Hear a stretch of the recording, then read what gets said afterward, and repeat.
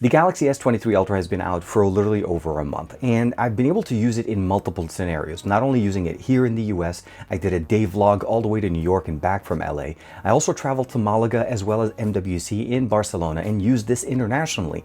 So the use case that I'm trying to share with you guys today is, or my impressions of using this device, is after testing it literally around the world. So this is the Samsung Galaxy S23 Ultra, the best device that Samsung's going to release as a smartphone for 2023. This is TK, and this is going to be my review after using it for 30 days. Let's check it out.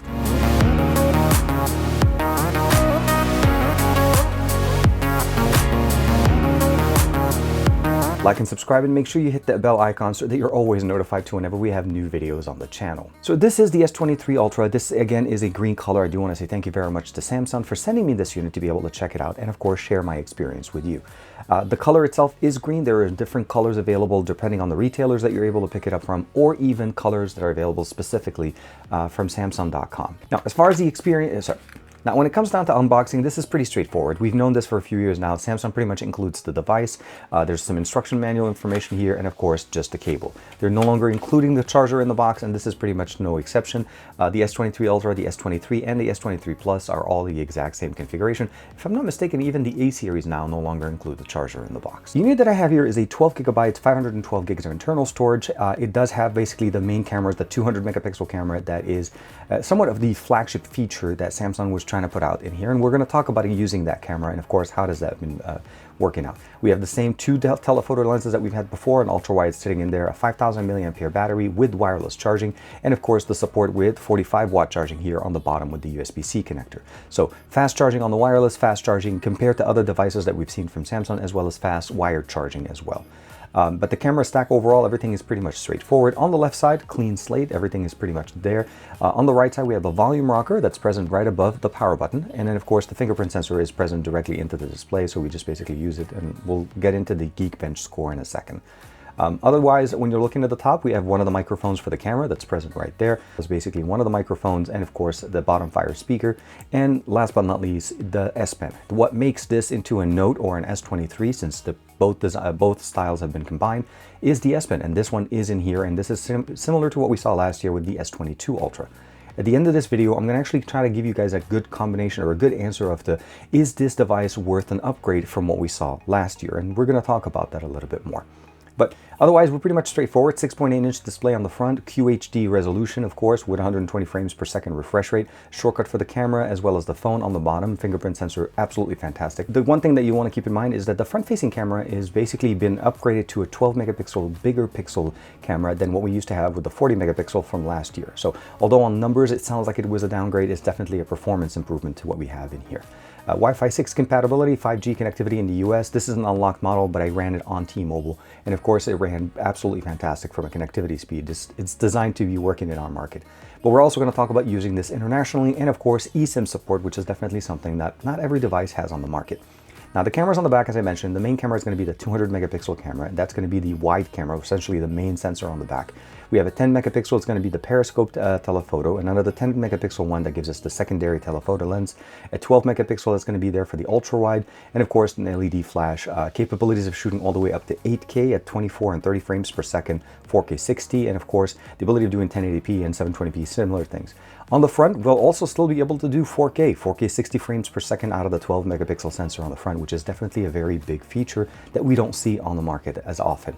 The other thing is we also have the ability of using multiple external sources for audio, so not only wired USB-C, built-in microphones, which are absolutely fantastic, and we'll talk about those, but also the ability of using Bluetooth headset, a combination of Bluetooth and internal microphones, and a whole bunch of different things inside of the camera application that gives us the ability of jumping into that when we go into pro video. And you can see so many more options to be able to customize in here, but essentially when you go under mic, you have the ability of doing omnidirectional, so both in front and back, obviously USB, Bluetooth, or a BT mix, which means it combines the two, and you can definitely see a lot more options in there. We'll talk again about the performance of the camera. Again, so much more things to go there. Using it in the US, I'll say this, on T-Mobile, I've had no issues, zero issues using it here in the US. Connectivity speeds and all of that stuff, it's been absolutely fantastic. As you can see here, I've been able to test it out in multiple areas, and of course I was able to hit almost 1,000 on down and 74 up. So there's no question that this is designed to work in the market, at least in the current version this way. It works really good here. Now, when I traveled to international markets, that's when I went to Spain, and of course I went also to the south of Spain for Malaga. The connectivity worked pretty well. T-Mobile does offer unlimited international, which essentially is just at the speed of 256 kilobits down. It's a very slow internet connection. But the great thing for me is that I was able to leverage using an eSIM service that provided me local access while I was traveling, and this device supports it. You can have a SIM card and an eSIM at the same time, and it works great for multiple connectivity. The biggest thing I'll probably say, though, overall, internationally and locally, is that the connectivity worked absolutely great. Wi-Fi connectivity always worked on point, and of course, all the different functionalities from calls and text messaging and all of that worked really good. There's no issues, and you shouldn't really expect any issues. This has literally been tried and tested for many, many years, and Samsung has done it very well. Where this device, or at least my experience of using this device, has been very interesting is where I did that one-day travel. I had a trip all the way to New York from LA.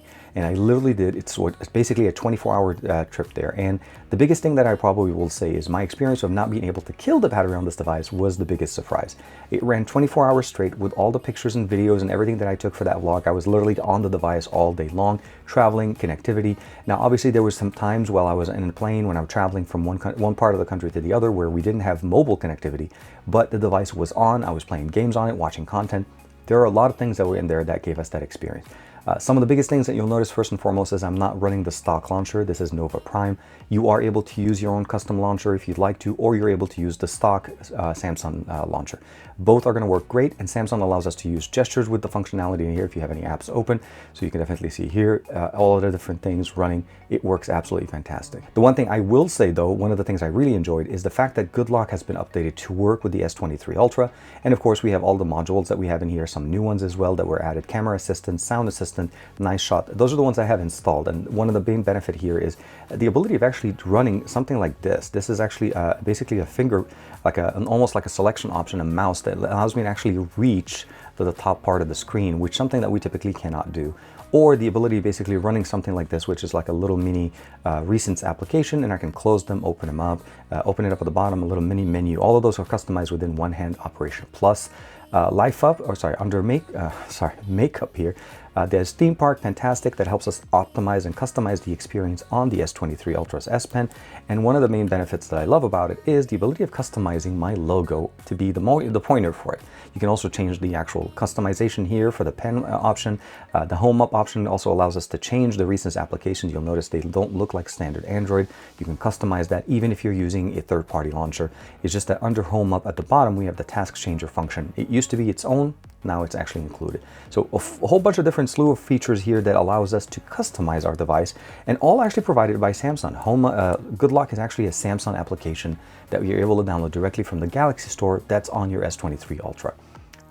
Otherwise, as far as using it for that day, everything was great. Connectivity was really nice. T-Mobile covered really good. The connectivity actually in New York was really crazy fast, much faster than what we have it here, at least in my town. But overall, the main benefit there is that this device not only hung with me, but also kept me connected, productive, and of course, for me, I have a lot of functional things that I love using the S Pen for, which essentially is signing documents, and of course, using the gestures to be able to take pictures when I'm not very close to it. And what I mean by this is when we're connected to the phone and obviously S Pen is fully charged, you're able to basically change and basically two different functionalities in it. Also, you're able to basically flip the front-facing camera, flip the camera back, go back, and of course start shooting video with this if you'd like to, and of course stop it. So one of the big functional things that we have in here is that this is literally a remote to your phone, although it's also an S Pen to your phone. So very nice, and I really appreciated that functionality, especially when I was traveling. The one thing I will say, though, that I should have had back when I was doing that trip all the way to New York, and the reality is I really wish I had something like this. This was not out at the time when I was traveling, but this is the Zerolemon 10,000 milliampere Galaxy S23 Ultra case and battery that allows us to actually charge the device or keep the device running. So although we have a 5,000 milliampere here, we have an additional 10,000 in here. Now imagine if this is able to last me a full day with 30% down, this will last me the ability of going through a weekend without having to worry about not bringing my charger with me. No problem with the cameras, no interface there. There'll be a separate video that I'll have coming out for you guys. But the biggest difference is that this would have been very, very helpful, especially when I was on the show floor at MWC, as when you're on there taking pictures, taking videos, or traveling in areas where you don't have access to a charger very readily. You don't want to necessarily carry a power bank. This actually allows you to have the device running really nicely. Wireless charging works through it. Cameras, I have no issues in there. And of course, connectivity on the bottom is via USB-C. And when you're using this, there is no obstruction to the bottom fire and speaker, access to the S Pen, the microphone on the bottom, as well as the microphone on the top.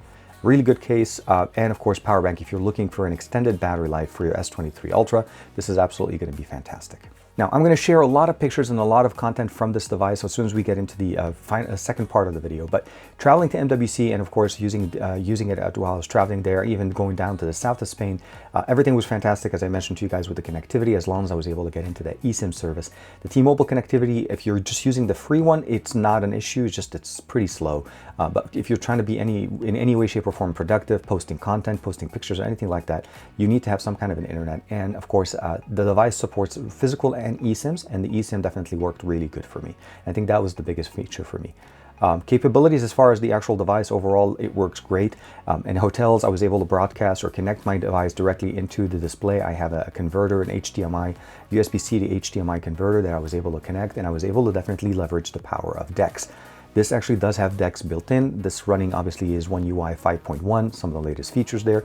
But DeX here works in multiple different configurations. We have wired and wireless DeX. Now you'll notice right there, it's picking up on different options in here, the LG, the Mate View, all the different functionalities that you can do for connectivity over wireless options. Or you can basically directly connect it using USB-C to something like a laptop, which I really found very helpful. And this allows me to use this device or this phone as a computer. Now, the device I'm talking about is something like this. This is a laptop made by a company called nexdock. Now, the main benefit of the nexdock configuration here is the ability of using this as a portable computer. And the reason I'm mentioning this is this actually is a battery, a keyboard, a mouse, a display, speakers, but there is no PC parts to this. There's no CPU, there's no GPU. And what I would do basically here, as you can see here, the display is turned on. We're going to go in here, we're going to go in directly into DeX, and then we're going to click it, and we're going to jump in over on wireless connectivity.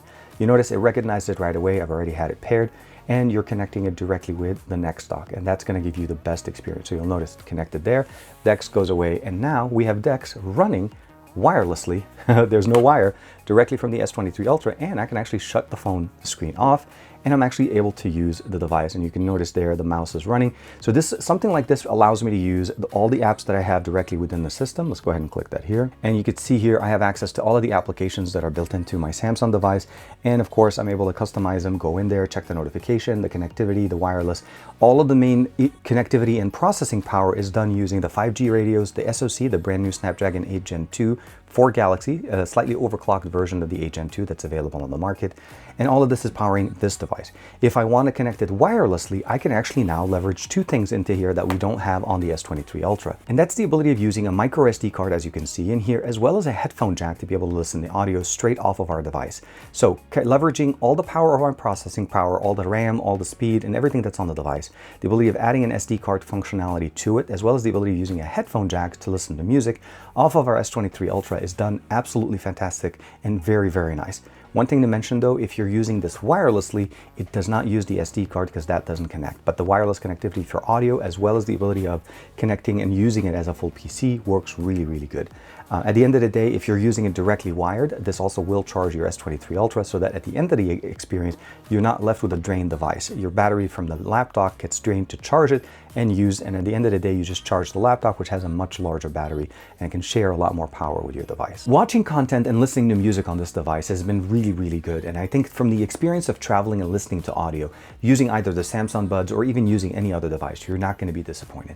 The speakers are very loud, and they're definitely able to basically even almost mimic like a boombox. If you put it in your pocket and you turn on the speaker, you can walk around and you have a really good filling sound. The new buds from Samsung also support basically spatial audio, so you get those functionalities from there. Of course, the Galaxy Watch will work really good. All of the functionalities work really nice. I ended up using Google Pay over Samsung Pay mostly because I like to use that service, and I typically change devices more so than most people, and you can't transfer Samsung Pay with you. But overall, if you want to use that with your phone or use it directly on your device, it works really good. From the camera experiences, which is I think everybody's been waiting for, from video and content creation in there, I think the overall experience with this device is pretty much the best that Samsung has to offer. There's no question. The S23 Ultra or the Note 23 Ultra is the best vision that Samsung has for 2023. It's a minor spec bump upgrade from the S22 Ultra from last year, but I also don't feel like people are supposed to upgrade every year with Samsung devices. I think you're supposed to go, let's say, from the, the S22, well, I guess that would be the S20 Ultra or the S21 Ultra, and those will definitely be beneficial upgrades that you'll notice, either improvements in the camera, the connectivity, connectivity, the radios, and overall, of course, One UI 5.1. The cameras for me, the way they've been working for me, at least when I did the one-day vlog, that worked really fantastic for me. New York shots, building shots, you know, a lot of architectural shots when you're traveling to New York. And of course, I vlogged the entire travel using the video cameras on this device, the front-facing and the rear-facing, but I also used the microphones on the device. I didn't use an external lav mic like I'm using for this video. And this is where it gets very beneficial for us there. It's just the experience that you're getting there is very much a raw experience off the phone. If you want to vlog from this phone, if you want to edit your video using LumaFusion, which is available on the Galaxy Store, you're going to be able to get a lot of different functionalities there, and you're not going to be missing a beat. A large 6.8 a large display with a large battery as well as S Pen functionality allows us to have that very precise touch on the display where we typically can't do that with our finger. And I think this is where it gets very functional. That S Pen not only works for as a remote, it uses obviously for off-screen, you know, you can literally, all you do is pull out the pen when the display is off and you're able to start scribbling and take notes and so on. The display wasn't off all the way, but you know what I mean. Essentially, the functionalities are almost endless and you can customize them using Pantastic in the Galaxy with Good Lock that we have in there. But the cameras overall work absolutely great. When I was at MWC on the show floor, taking content, shooting content, and getting all the information that I wanted from the different vendors, those are definitely things that you want to be able to rely on and not have to worry that your device is going to have any issues. And this is again where it worked absolutely fantastic. And when we went out to the south of Spain, of course, the content there was absolutely fantastic, as you're seeing with those images and videos. The main thing that I will probably say is that this is a very versatile device. There's a lot of capabilities in here, a lot of technology that's been put in there. And again, as I mentioned, or as I showed you, it's not just to use on device. You can leverage, you know, if you're in a hotel room, you're able to use DeX to project over to a display as long as you're connected on the same Wi-Fi. And of course, there is the display technologies in there. You're able to use it wirelessly. You're able to use it wired, either with a nexdock or use it with something else like that. And you're never going to really miss a beat. This is literally why I feel like this device is the best that Samsung has to offer. It may not be for everybody. I feel like this is a great demonstration of the capabilities that Samsung is able to do. The S23 Plus and S23 are slightly less powered devices, and by that I mean there's no S Pen, the display is a little bit smaller, you have slightly less resolution on the display, it's at 1080p, but it still goes to 120 Hz refresh rate, similar to what we have in here. Here we have a QHD 120 frames per second refresh rate, and it's variable. So it adjusts from 1 to 120 depending on what you're doing. And of course, the experience in there is set correctly. The main thing I'll probably say is this is the best, and this is literally the best that Samsung has to offer. This may not be for everybody. I feel like this is going to be something that at least showcases all the main benefits. The S23 and the S23 Plus may give you somewhat of a better experience, and of course there are other devices that Samsung releases throughout the year, and I think if I'm not mistaken, the A series will also get some updates later on. I'm very impressed, and I want to say thank you very much to Samsung for allowing me to check out the S23 Ultra and experience it for this long. And I had the opportunity, obviously, to go there unpacked and check out the device and get early hands-on with it. So this year's, for me, at least for Samsung, has been a really good experience, and I'm very happy with that. My hope at the end of this video is that you found something helpful and that maybe this device may be the right fit for you as your next device to upgrade to.